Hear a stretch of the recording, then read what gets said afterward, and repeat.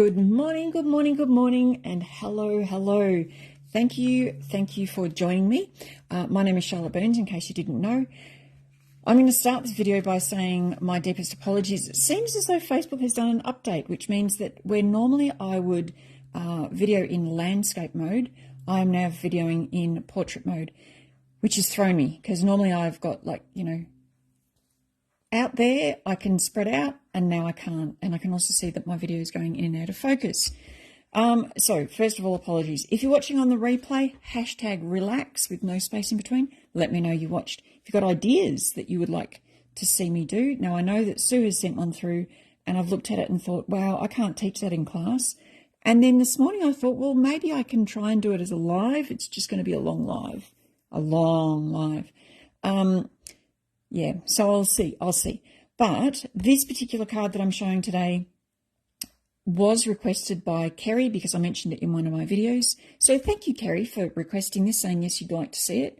I have cut the pieces, and today I'm going to make a gatefold card and show you how to do it as well.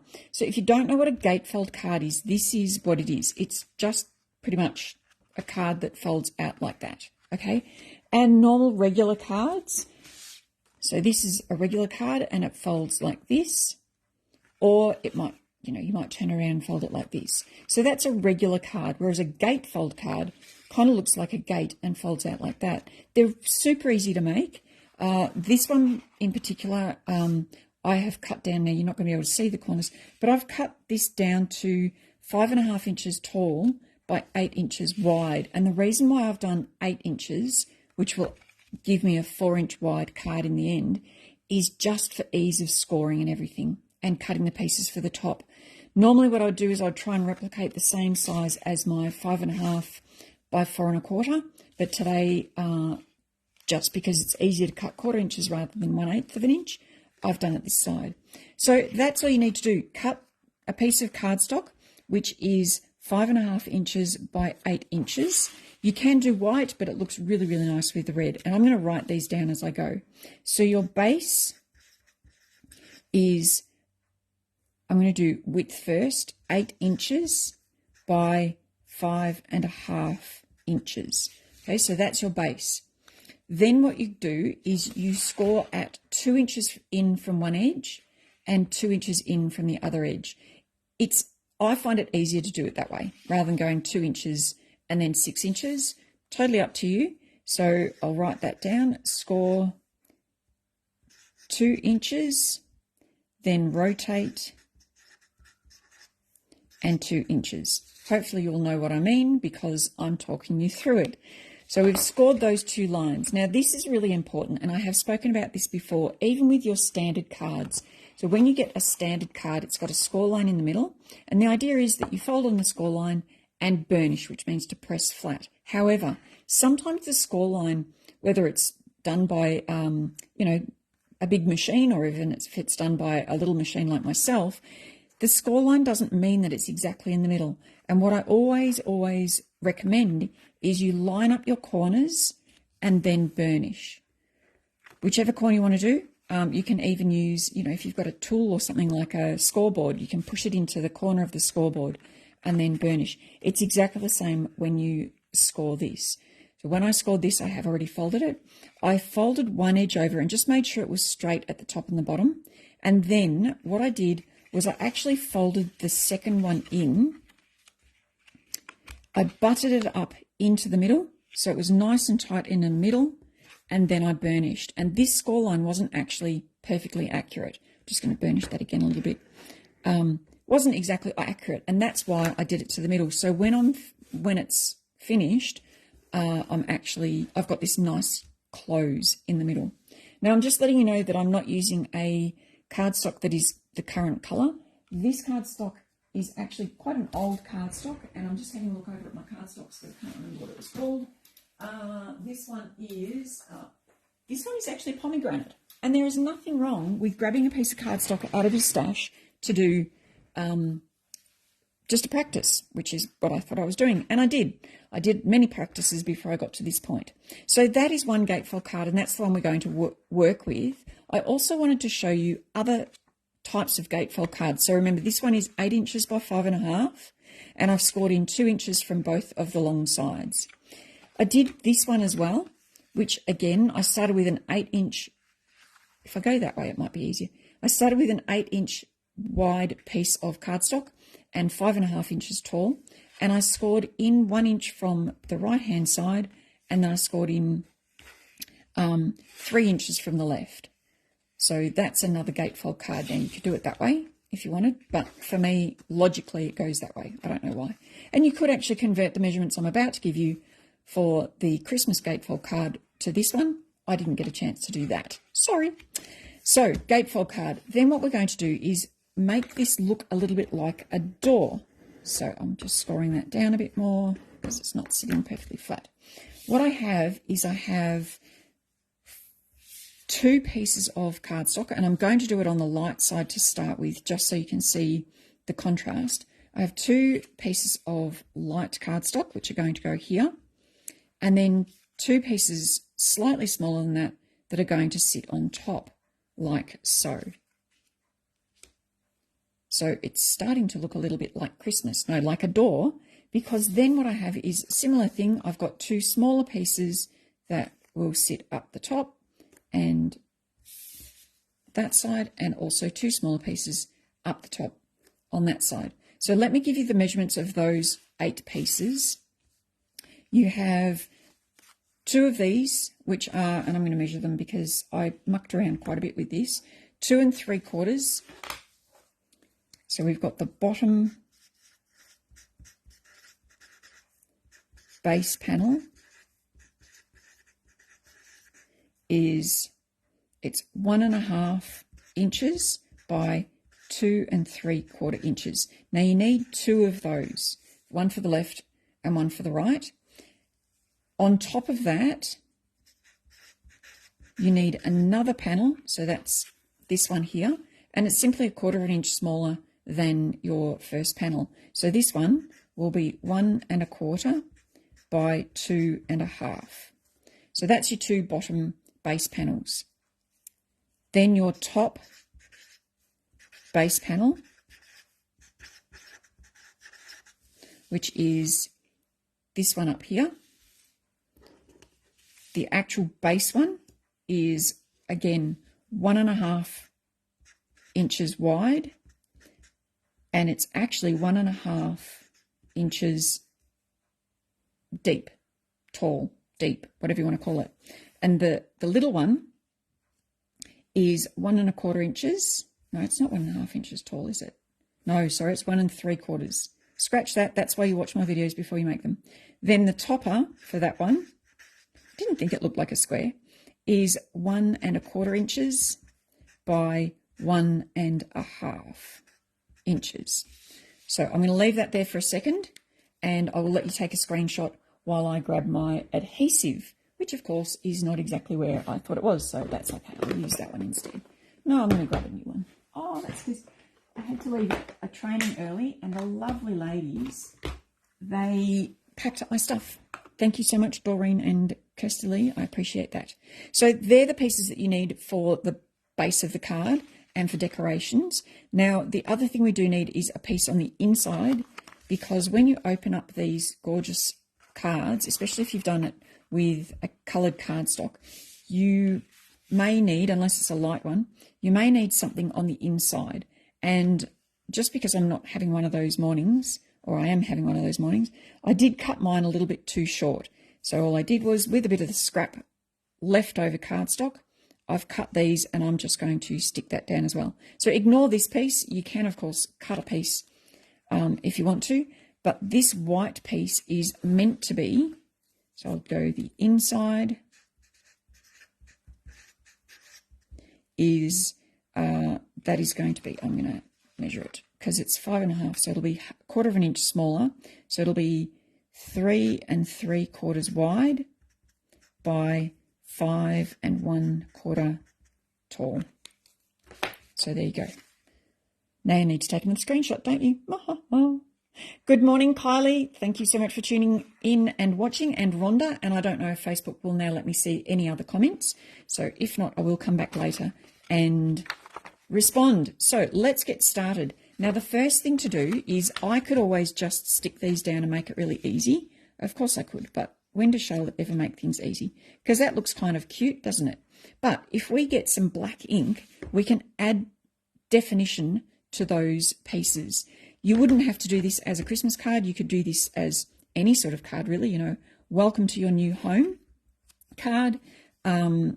I'm using a sponge, by the way, just because I really like doing sponging around the outside of things, or using a sponge when I'm doing around the outside. You could do it as a birthday card for someone who likes dolls. It could really be anything. Just change your colours, change what you want to do on the front. I just really love the idea of doing this as a Christmas card. So there's our first one. And the other thing is, although I've shown you the light side and then the dark side stacked on top, I'm actually going to be using all of the dark side, or the true colour of the pomegranate. This would look amazing in ruby, but I wanted to do it in pomegranate just because I want to use up some of my scraps. Who doesn't want to use up some of their scraps? I think everybody, except new crafters, because they probably don't have many scraps. I have tons. So we're just inking around all of these edges, making sure that we're doing the dark side, because if I did the light side, it's not going to show up. It also hides the white core. So I'm not sure if you can see there's white core, which again, that's fine. And I find that really great when I'm doing certain styles or certain techniques, but it also looks really good when you ink around the edge in black. You could even use the same color. I just like the black because it stands out. All right, so we're just going to go around the edges of these, and then we've got 4 more. And while I'm doing this, and you're listening, watching captive, be sure to check out my Facebook group, Charlotte's Scrap and Chat, where I'll post pictures of this card that's finished and invite you. Why not have a go at this card? See if you can do it exactly the same, or if you're adventurous, unlike me, you can always change it up a little bit and show me what you can do. I love seeing what other people do with the ideas that I give them. You can also check out my website, my shop site, which is charlotteburns.closetomyheart.com.au, and that's where I sell all of this product. So not that cardstock, but there is cardstock for sale. The black ink, and I'm just using, in case I didn't show you, I'm just using the regular black exclusive ink. I'm not using the Intense or the Archival. They did actually get rid of the black. Concentrating, Charlotte. They did get rid of the black ink for a short amount of time. I complained. I was one of the ones that complained because I love the black ink. And they brought it back, which is fantastic. So that was really, really good news. And I'm nearly finished. Check that out. Especially look at the specials or promotions. I think it's promotions. Coming up, we have the Black Friday sale, which, because it's an American-based company, our Black Friday sale starts on Saturday. So tomorrow, that's tomorrow. Yeah, that's tomorrow. This week has just absolutely flown past. Rhonda, you are glad they brought the black back? Yes, me too. Oh, and good morning, Rhonda and Joanne. I can actually see Facebook is scrolling for me. Great. All right. Yes, I'm so glad they brought the black back as well. I love it. Not the, like, once you've got the ink pad, you don't really need another ink pad, but the re-inker is certainly very, very useful. Now, I'm just looking at this thinking I might just lightly go around the edge of the door as well. The re-inker is fantastic. My black seems to dry out fairly quickly, and so I really love my re-inker. I need to put quite a bit of re-inker in there, or I did the other day, to get it nice and juicy again, and it seems to be working quite well. So I'm not re-inking this sponge up because I just want this to be very, very light down the edges, and that will then give me a bit of definition between the two doors, which is what we're making. Gatefold. These are supposed to be doors. So we'll just do this. So yes, we have the Black Friday sale coming up that starts tomorrow and then finishes up whenever it finishes. And then we've got the Cyber Monday sale as well.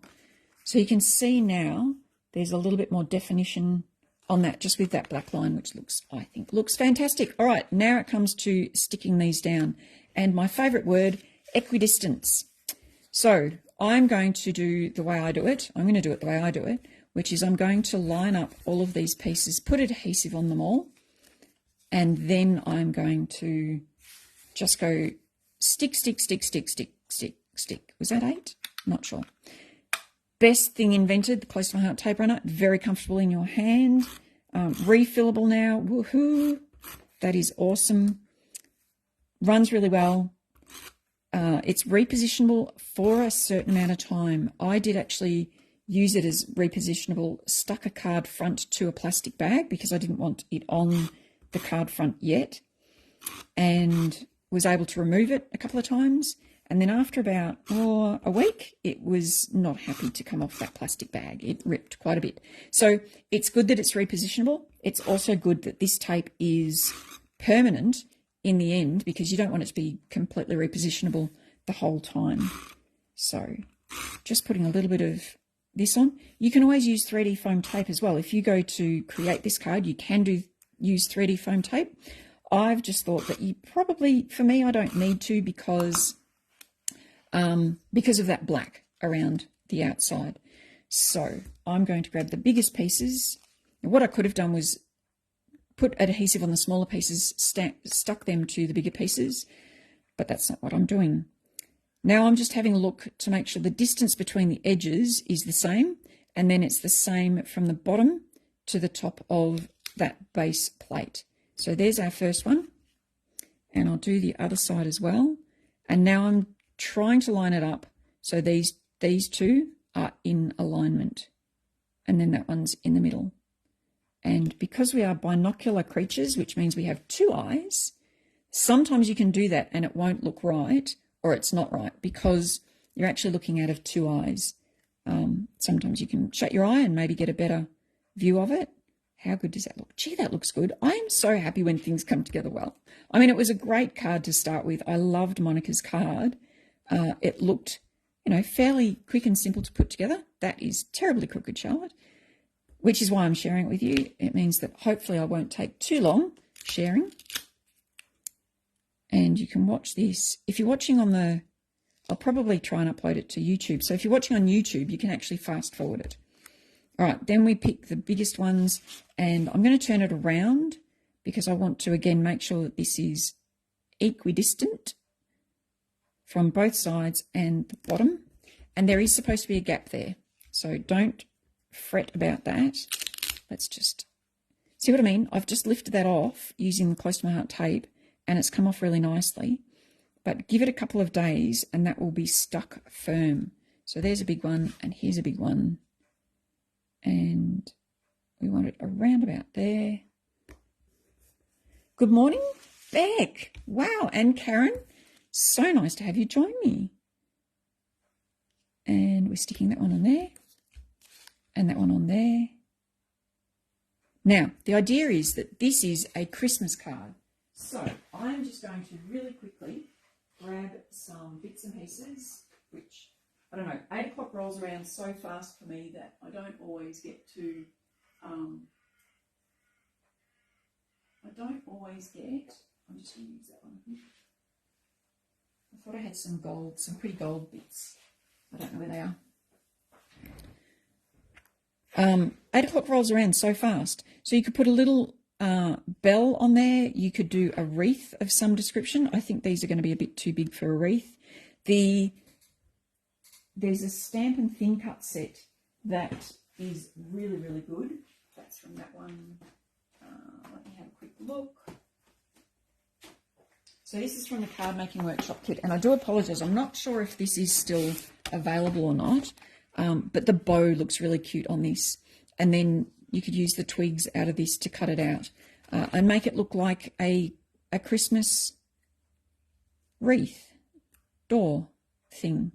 But what else does a door need? Well, a door needs a doorknob, doesn't it? So I'm going to grab these. These are the new dots, the Silver Bells dots. And I had to grab a couple of packets of these because they're just so cute. And I think they come in 3 different colours. So there's a kind of a goldy bronze, there's white, and there's silver. And I'm thinking I might go with silver, actually. And then just depending on how big a gap you've got there, you could do a big doorknob or a small or a tiny. I think tiny is a bit too small. And I actually think the big one will look really good. So we can just peel that off and stick that on. So there's one door handle. How cute does that look? And you don't need a sentiment on the front, in my opinion. I think that that looks really good with no sentiment. Yes, I do need to put my little wreath, so that photo will go up into the group. But how cute is that as a door? It's so cute. And then on the inside, as I mentioned, I'm just going to stick down a piece of white daisy cardstock. So I've got a nice light surface that I can write on. This again is going to go equidistance from the top because I mucked it up. Make sure it's nice and straight in there. Because I mucked it up, I'm then going to put a little patch of this. You could use a zip strip even to decorate it. So I'm just going to put that there. I'm just going to put this in here though. There we go. And that's the inside of the card. Do a stamp a sentiment there. But there is your gatefold card that looks like a door. And I must say, I am pretty proud of myself. I think that looks fantastic. Thank you so much to Monica Hayward for sharing that idea. I hope you have that one, give that one a go. I will bring back all of the measurements. There we go. For that door card. I'm really not used to working with my camera this way, but anyway, that's all good. All right, ladies, I hope you have a fantastic Friday, a wonderful weekend, and I will see you on the other side of the weekend. From me, stay safe, keep crafting, and bye for now.